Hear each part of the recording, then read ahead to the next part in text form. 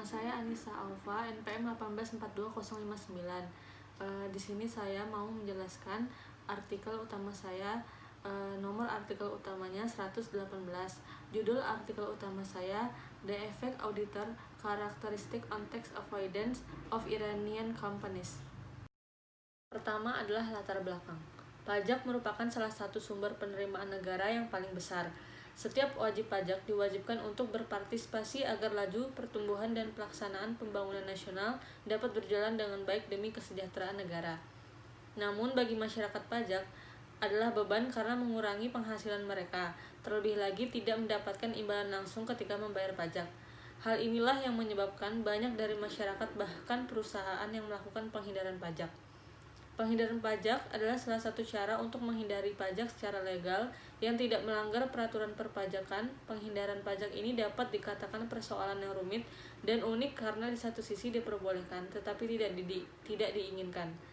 Penghindaran pajak merupakan suatu cara untuk menekan beban pajak yang ditanggung perusahaan secara legal yang tidak melanggar peraturan perpajakan, karena dalam peraturan perpajakan diperbolehkan adanya penghindaran pajak.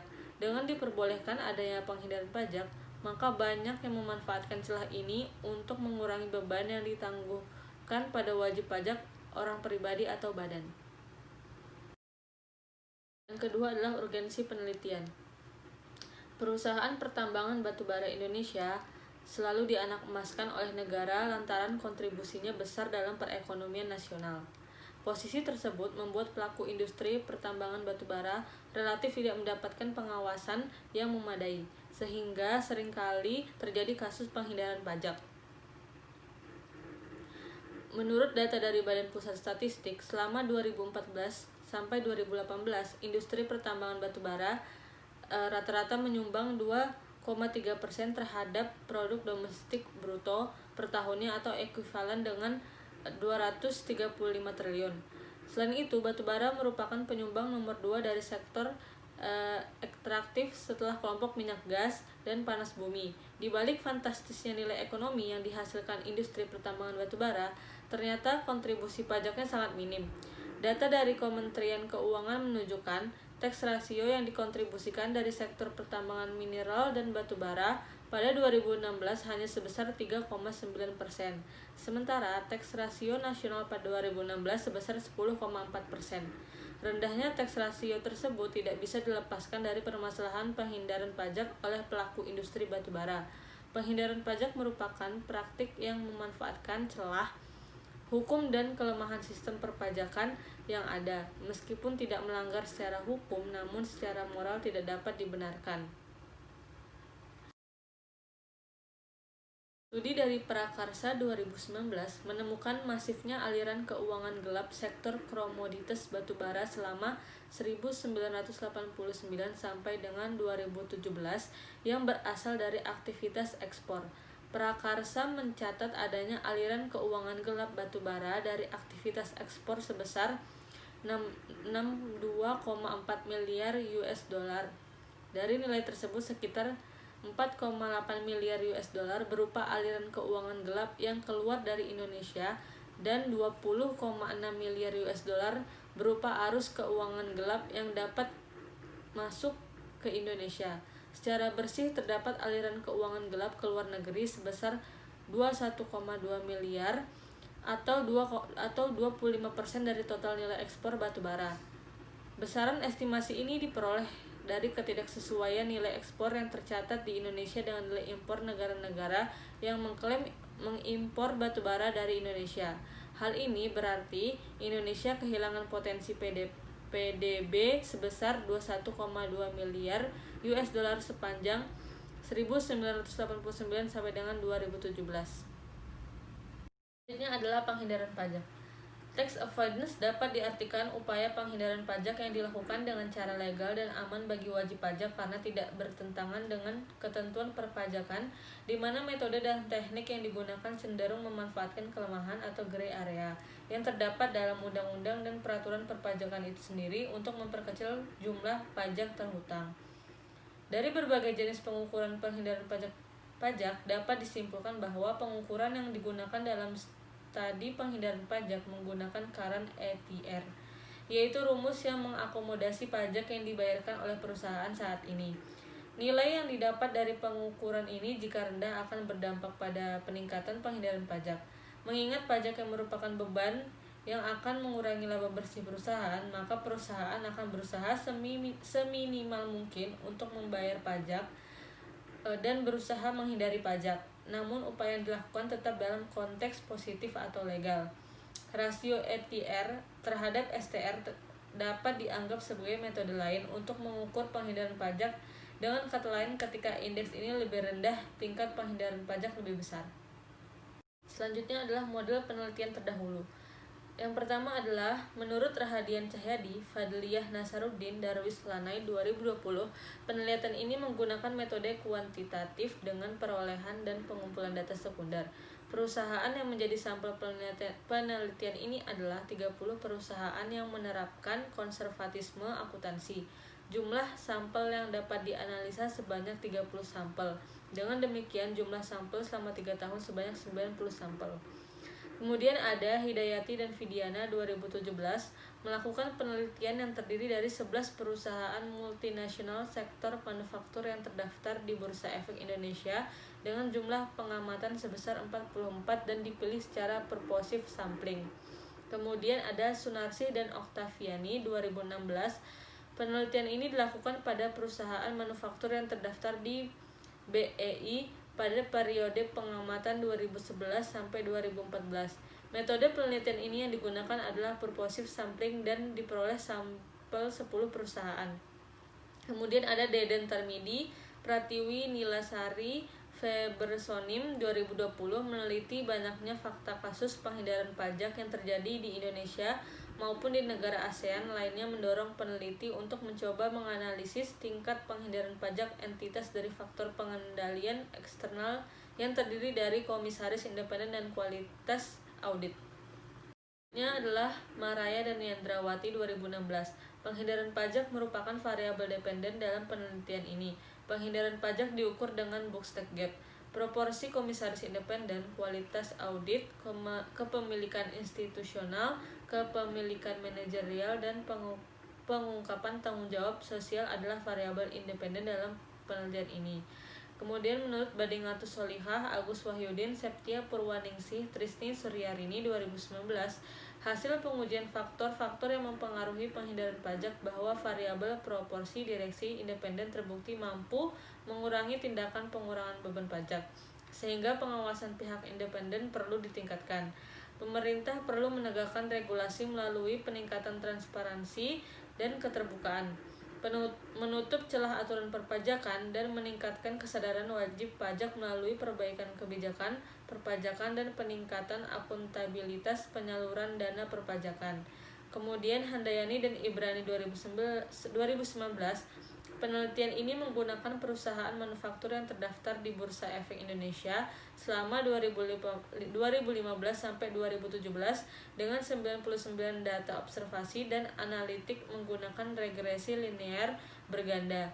Hasil penelitian ini menunjukkan bahwa baik tata kelola perusahaan maupun struktur kepemilikan saham yang diproksikan dengan pemegang saham pengendali berpengaruh terhadap penghindaran pajak. Selanjutnya adalah hubungan variabel independen dan dependen. Yang pertama ada pengaruh audit tenur terhadap penghindaran pajak. Rihmadenda dan Pratomo 2018 menyatakan audit tenur merupakan jangka waktu kontrak kerja antara pihak auditor dan klien. Perolehan informasi berupa bukti-bukti dan data yang menjadi terbatas disebabkan oleh tenur yang singkat, sehingga jika terdapat data yang salah atau data yang sengaja dilenyapkan oleh manajer sulit untuk ditemukan. Namun, hal sebaliknya terjadi jika audit tenur terjadi dalam jangka waktu yang panjang. Semakin lama jangka waktu kontrak kerja auditor dan klien, maka kualitas auditnya akan diragukan dan dapat memberi peluang bagi manajemen untuk melakukan tindakan-tindakan seperti tax avoidance. Selanjutnya adalah pengaruh opini audit terhadap penghindaran pajak. Laporan audit merupakan produk akhir dari proses audit yang notabene menambah kredibilitas laporan keuangan karena mencerminkan sikap independensi auditor terhadap laporan keuangan. Kemudian ada pengaruh days to sign terhadap penghindaran pajak. Ini adalah logaritma jeda antara tanggal penandatangan opini audit dan tanggal akhir tahun fiskal. Sehubungan dengan variabel dummy dapat juga ditentukan bahwa dalam 237 tahun fiskal, auditor telah mengeluarkan opini wajar tanpa pengecualian, tanpa tambahan bahasa dan selebihnya, yang merupakan 57% dari total keuangan selama penelitiannya telah memberikan laporan audit yang memenuhi syarat.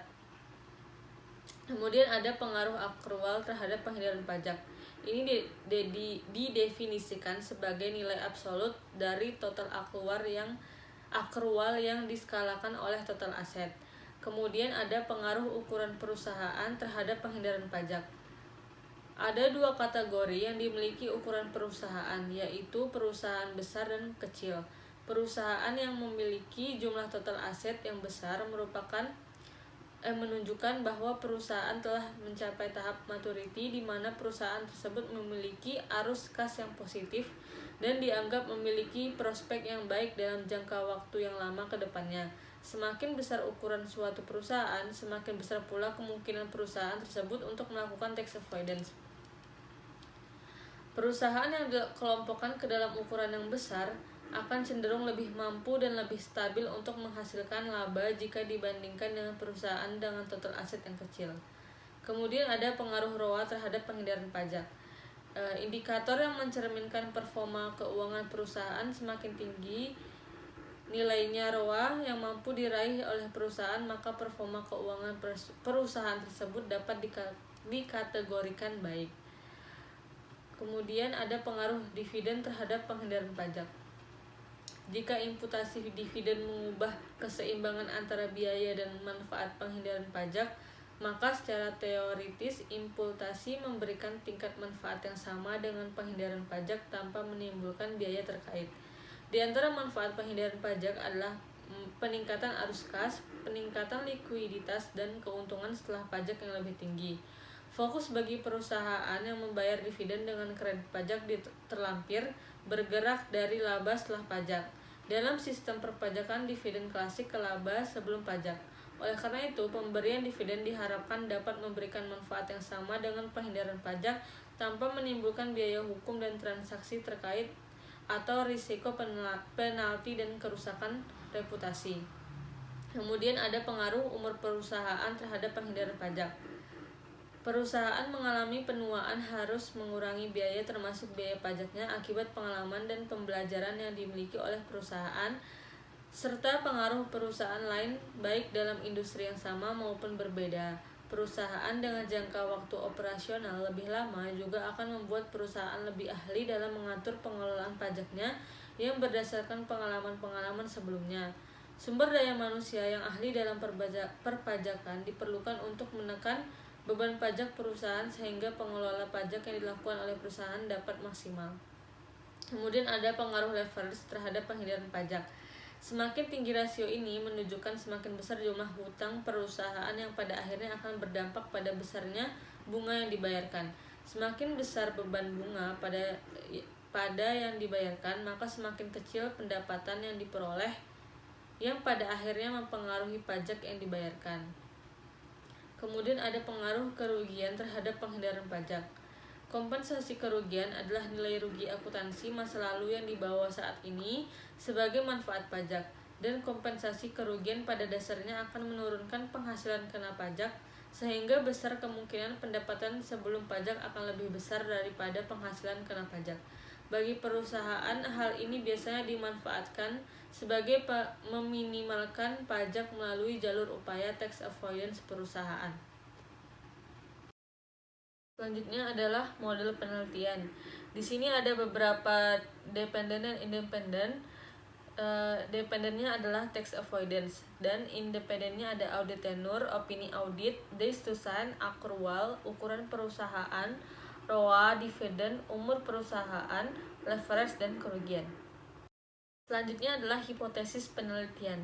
Pada hipotesis 1, audit tenure berpengaruh signifikan terhadap tax avoidance.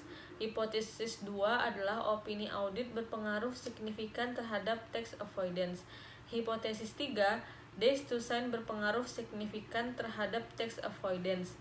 Hipotesis 4, akrual berpengaruh signifikan terhadap tax avoidance. Hipotesis 5, ukuran perusahaan berpengaruh signifikan positif terhadap tax avoidance.